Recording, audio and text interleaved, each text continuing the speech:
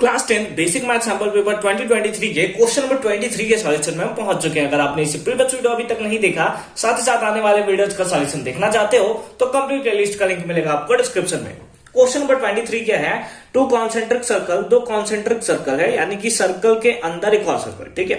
और रेडिया इतना centimetre, find the length of the chord of the larger circle which touches the smaller circle. देखिए क्या है, सबसे पहले हमें इसके लिए फिगर ड्रॉ करना पड़ेगा।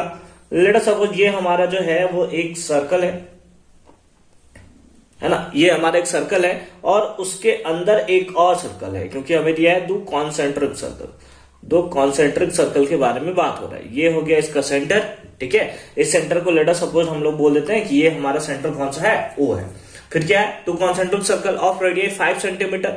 लेट अस सपोज ये जो है वो क्या है, इसका कॉर्ड है ना। क्या यहां सिंपली दिया हुआ है the chord of larger circle, है ना। लार्जर सर्कल का जो कॉर्ड है वो टच करता है स्मॉलर सर्कल को। तो अगर हम लोग इस पॉइंट के बारे में बात करें तो ये रेडियस होगा किसका, स्मॉलर लार्जर सर्कल का। ये रेडियस क्या है, लार्जर सर्कल का।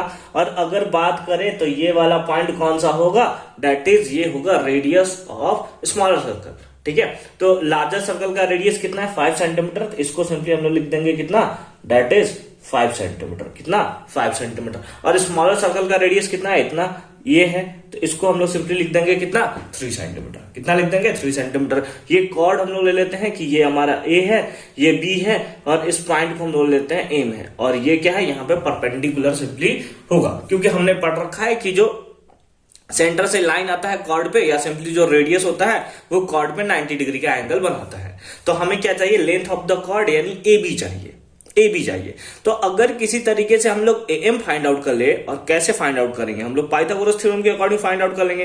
Hypotenuse square equals to perpendicular square plus base square, उससे हमें ए एम मिल जाएगा। और एक बार ए एम मिल गया उसका डबल ही तो हमारा बी एम है। समझ रहे हो बात को? जो यहां से यहां का लेंथ होगा, अगर आप फिर से ट्रायंगल ड्रॉ करोगे वो भी तो लेंथ सेम ही होगा ना। हाँ, ठीक है। तो चलिए फाइंड आउट करते हैं इसको हम लोग। तो चलेंगे इन ट्रायंगल किसमें, ओ एम ए, है ना। In triangle O M A किसमें, by Pythagoras theorem, by Pythagoras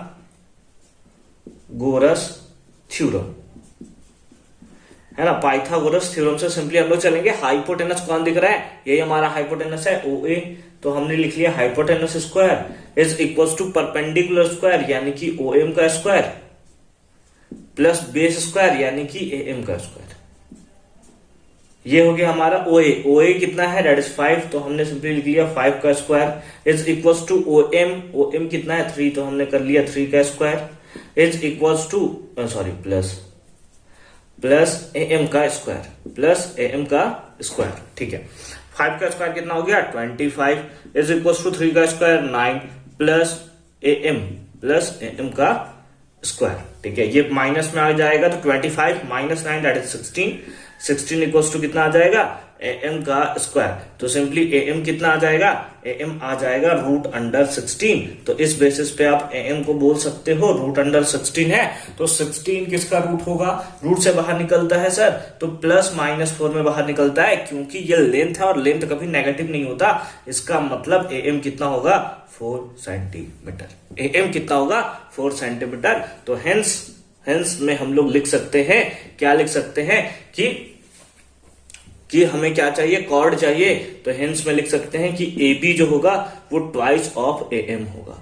A B का जो लेंथ होगा वो ट्वाइस ऑफ ए एम होगा, that is 2 into A M. A M कितना है, दैट इज 4। तो सिंपली हमारे पास कितना आ गया, 8 centimetre. And this is the right answer of this question. I hope कि ये क्वेश्चन आपको एकदम प्रॉपर फॉर्म में समझ में आया होगा। मिलते हैं आपसे अगले वीडियो में क्वेश्चन नंबर 24 के सॉल्यूशन के साथ। कंप्लीट प्लेलिस्ट का लिंक आपको डिस्क्रिप्शन में मिलेगा, एक बार जरूर आप उसे चेक कर लोगे।